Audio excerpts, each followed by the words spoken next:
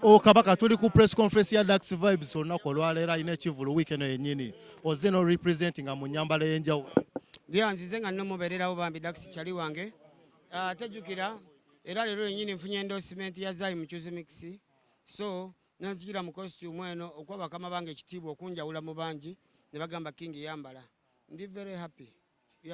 Mwenyewe nawe olina ekivulu mu maaso awo naye mabega kawo ku kivulu kyewasembayo beera nakyo saidi eri bakuzogoja muko ku ngeri ya politics ngaawo mulundi guno weetegese okubanga ogenda kubanga okikwasaganya olemefuna interference ngero. Nsaba Katonda bibeere birungi ate nekwatiddemu ku luno nze ntegeseze kennyini so buli process ngi following a process by process.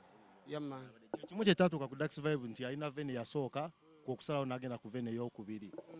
Ndowooza tukoze byaffe nga time tukyagirina tukipinge positive for now. Kyanjawulo ki ku kivulu kino kuba wenyini woogenda wali obaddewo okeera? Ekyenjawulo tuli egenda kuba end of year party eggala omwaka.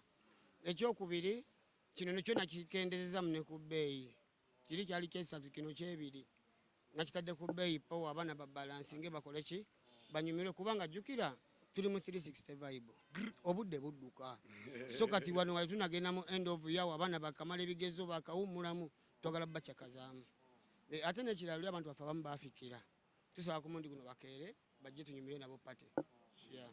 Uganda ne Beyonce waffe aliwa? Uganda ne Beyonce wali era tubadde naye awo nga obimanyi.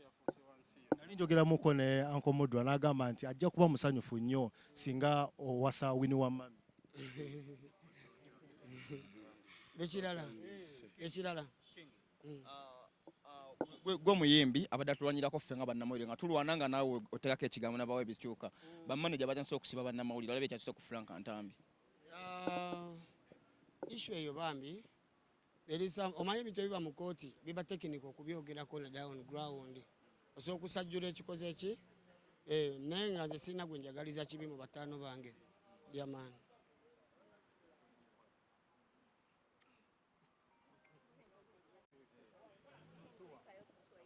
Yes, navaayo nanyumirwa naliyo e Boston netunyumirwa ku Nupu Convention nengena ne Denver nanyumirwamu ne bakyali bange. Twalina president eyo nga tweyagala nga omanyi sometimes we play sometimes we pray.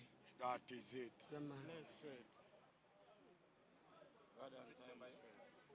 Abayimbi temulina mu kwogera kwemwogera nga mwe abayimbi osanga nga olunaku lumu kuliko shows mukaaga last weekend wadde Kampala nga liyo shows nga 5 abamu tebafunye batono abafunye abantu. Ndikensuubira oluusi eba off season mu byenfuna naye we keep trying mu buli business kibaamu ne mu katale oluusi kibaamu ne bitatambula bulungi naye tukipinga positive nga tugezaako. Ekirala mpozi nze mbeera nakawuka oluguudo nakawuka terutambula tulajanidde oluguudo ebbanga ddene babanga batandise bakuŋŋaanyiza ettaka ewantu nga basitopingiraawo abaana batandise okufuna lipooti ababbi beekweka mu biwompogome bye batema ne balekaawo so musitukireemu naddala Ministry of Works mu following ekintu ekyo Bachina mwasindike nakawuka balidde embwa z'abantu bazimazeewo bantu bali eyo tebabitegeera bo balowooza mupango bajja wiiki emu ne beebuzaabuza ne bayiwa obuyinja mu kinnya ne bavaawo so nze nsuubira ebintu mubikwate kimu kimu omanyi nti nakawuka roodi keggwe tudde ku ddaala emuliko naye amakubo mukwata emirimu mingi byonna tegiggwa ne gimaliza nga egimu giri substandard olw'emirimu emingi egikwatibwa kati gwe weebuuza akaguudo ke nakawuka kilomita teziwera n'ataano kabeera katya nga essaawa eno kakyali mu discussions akakayisibwa mu budget ezisukka ennya 5 mwe mutuukeeyo ko bannamawulire mulabe oba basobola okuyitayo bajja bajulira ne ku mikutu ogwo ebintu ebitrending nti makeup nakawuka akwekubako tomwekubyeko ebyo ebintu bibanyumira mmwe so byebyo byange otherwise buli mumagaliza essanyu olunaku olulungi obulamu obulungi. WUMA ne Federation basayininga MOU Memorandum of Understanding ne tusanyuka ku side ya industry nga yo nti wabaawo obumu bigenda bita mu offices eyo nga gwe omukulembera abayimbi nno sinna bakusayininga kintu kyonna sagala onteeke mu kintu kya signature njagala nnyo sooka otunuulire nti we at stand still watching carefully byemaani.